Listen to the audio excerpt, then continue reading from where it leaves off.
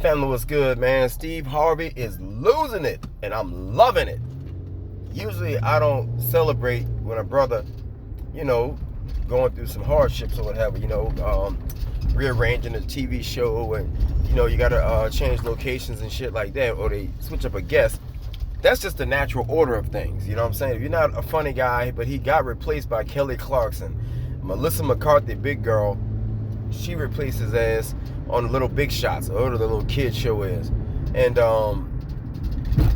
I tell you, the reason why I don't really feel sorry for I'm about to say Corey Holcomb.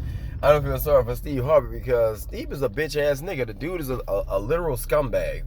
And I used to do stand-up comedy. And a lot of like traveling comedians that come to our little open mic spots. And everybody who has had a cold run-in with Steve Harvey kind of share the exact same story. That Steve Harvey is an arrogant asshole, and the way he fucked over his last wife, basically, what goes around comes around. This dude done been a scumbag to all the people that work with him, his bodyguards, his assistants in the office, his staff on the TV show, and I don't necessarily think it had anything to do with ratings. I think it had a lot to do with money.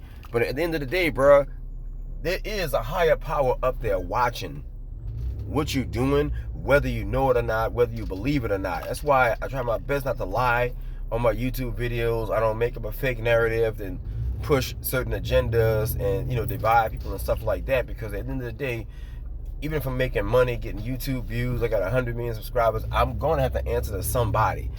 And this nigga, bro, already got a threat of cancer from what, some of what Steve Harvey was saying.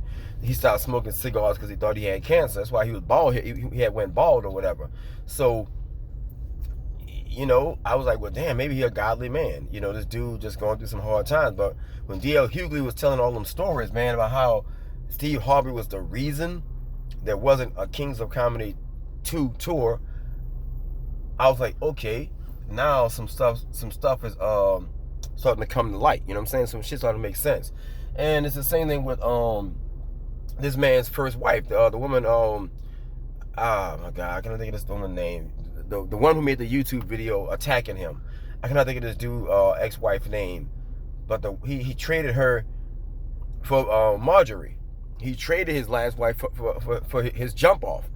You know what I'm saying now? And from what I understand, him and her about to get divorced. And I think she knew the smoke was coming a mile away when she knew the nigga was getting fired. Now Steve Harvey, losing his little radio show.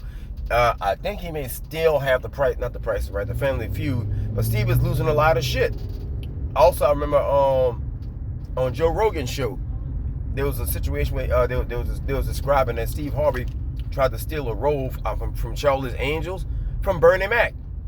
He called the director and say, allegedly, he called the director and was like, I can do it for half the price. So it's one of them things where you see people like this who have cut so many throats, and that's why the nigga always be crying on his TV show, because all them bodies this dude done stepped over to get where he at, and all it is guilt eating this nigga ass alive, sitting there crying with fucking pugged up lips, that fake mustache, and that crazy ass look in his eyes. Steve Harvey always does this to people. So I don't feel sorry for him at all. I'm glad that nigga losing them fucking shows, bro. That dude done fucked over a lot of good people, man. And I done had a lot of friends of mine who done business with Steve Harvey directly. As far as the Hoodie Awards, I got friends who did security for at the Hoodie Awards and was saying how Steve Harvey was on some shit. Please wait. On that boule shit that because he's what they call him dude, the Omega side. He a Q dog. I got some Q Dog partners of mine. The Q Dog, you can Google it if you think I'm making this shit up. The Q Dogs just had a convention down here at least 6 months ago. Probably 3 months ago. I'm lying. Probably 3 months ago. And a couple of, Ricky Smiley was here. A couple of other celebrities. I think Shaq may have been here. But a lot of them guys I'm in a fraternity with. I'm not a Q Dog. I'm a Mason. But a lot of my Freemason friends are Q Dogs as well, though.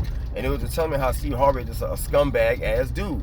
So if any of y'all out there feeling sorry for this nigga because he a black man, he's losing all the TV show and the white man after him, I don't give a flying fuck. That dude fucked over his last wife in such a way that he was holding that woman's son from her.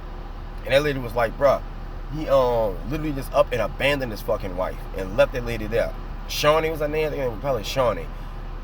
The regular, normal-looking wife for the green-eyed chick, who are the gold digger.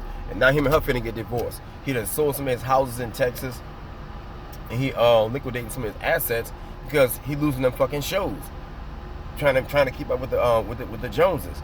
That's why that nigga was doing fucking Family Feud, fucking Prices Right, juggling, and wants to be a millionaire. He was doing all kind of shit, bro, to keep money in his pocket.